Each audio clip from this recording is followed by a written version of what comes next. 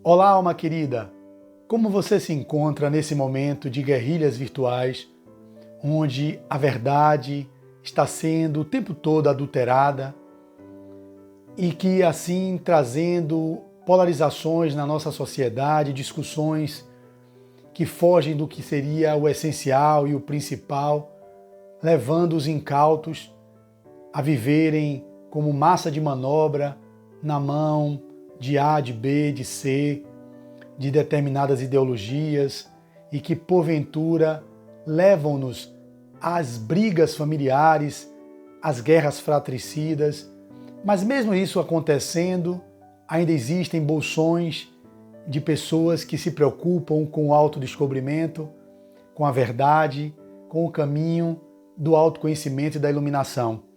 E é nesse sentido que a nossa benfeitora Marta, hoje, domingo, 31 de julho de 2022, o último dia desse mês e o primeiro dia dessa nova semana que vai se iniciando, através da psicografia de Marcel, ela vai nos trazer a seguinte reflexão. Ela nos diz assim, abre aspas, em um tempo de admiráveis conquistas tecnológicas, o intercâmbio de polo a polo nunca foi tão intenso como nos séculos 20 e 21 que estamos a atravessar. Sofisticados equipamentos para a transmissão da voz e de dados impuseram uma profunda transformação no nosso sistema de intercâmbio uns para com os outros, alterando o modo de vida, impactando as ideias e abrindo campo para impensáveis horizontes da manipulação da opinião popular. Discursos de ódio hoje contaminam a internet. Fake news espalham a erva daninha do noticiário manipulado por criminosos cibernéticos. Tutoriais amadores tornam-se guias para internautas que se aventuram em campos desconhecidos. Igualmente, anotamos a informação saudável, a notícia alvissareira, a indicação criteriosa nesse ou naquele campo da cultura, iluminando e orientando muitas vidas.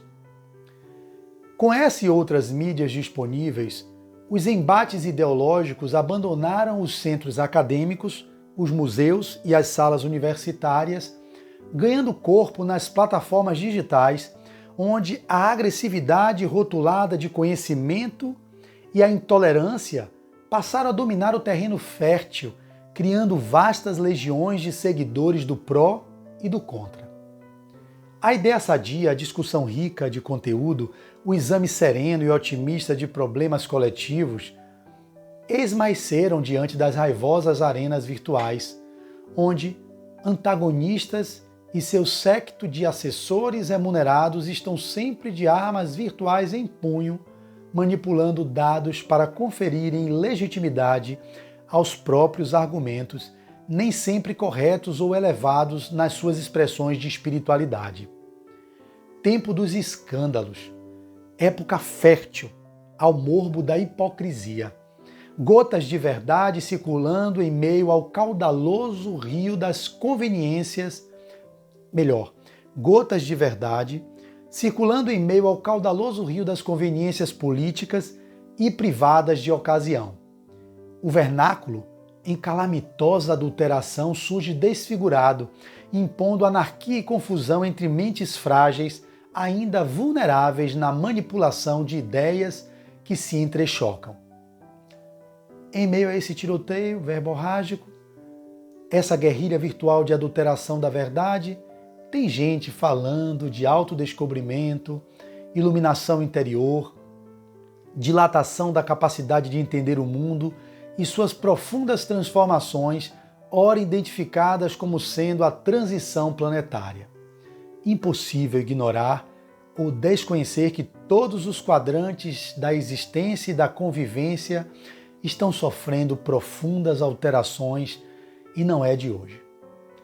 Alimentadas por anseios e utopias defendidas outrora por pensadores e intelectuais, a atual sociedade terrestre se vê impactada diariamente por novos comportamentos, lutas por liberdade de pensar e agir e busca do pão que escasseia nas mesas das famílias mais frágeis, sob o ponto de vista econômico. Existe uma ânsia incontida em descobrir as razões por que se vive. A morte se tornou um desafio que precisa ser elucidado e as ocorrências do destino deixaram o campo das coincidências ou do acaso para se firmarem no terreno das manifestações causais não causais, ou melhor, no terreno das manifestações causais não casuais. A vida tem um propósito que precisa ser investigado.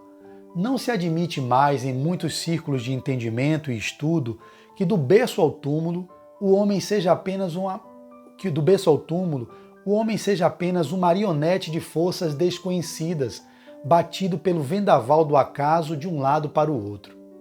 Reencontros amorosos parecem denunciar que o outro nos é conhecido de um ontem que ultrapassa o berço de onde procedemos.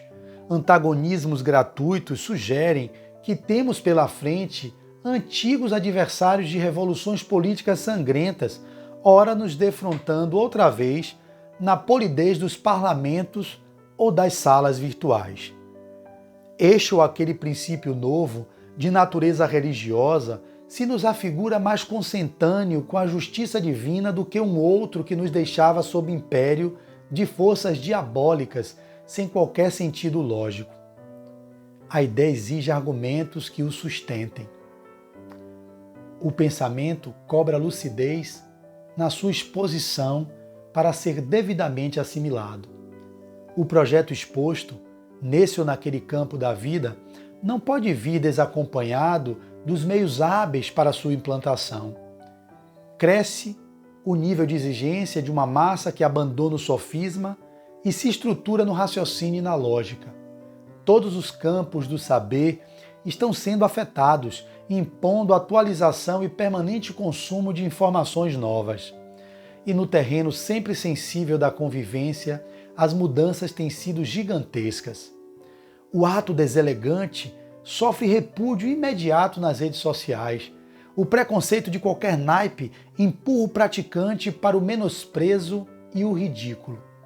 Tragédias coletivas recebem solidariedade quase que de imediato e dramas familiares comovem milhões. Em meio ao materialismo que graça asfixiante, a mensagem do Cristo se avulta e esperançosa. Onde a fé parece debilitada, corações tocados por Ele se fazem agentes de sua misericórdia.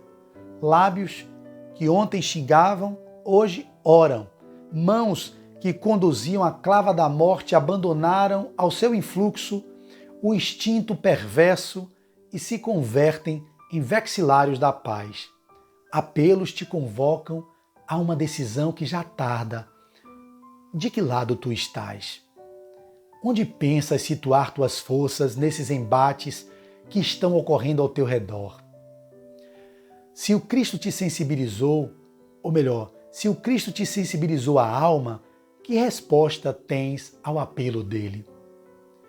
Indiscutível é reconhecer que para agir no mundo, Jesus necessita de braços humanos e de mãos forradas de carne.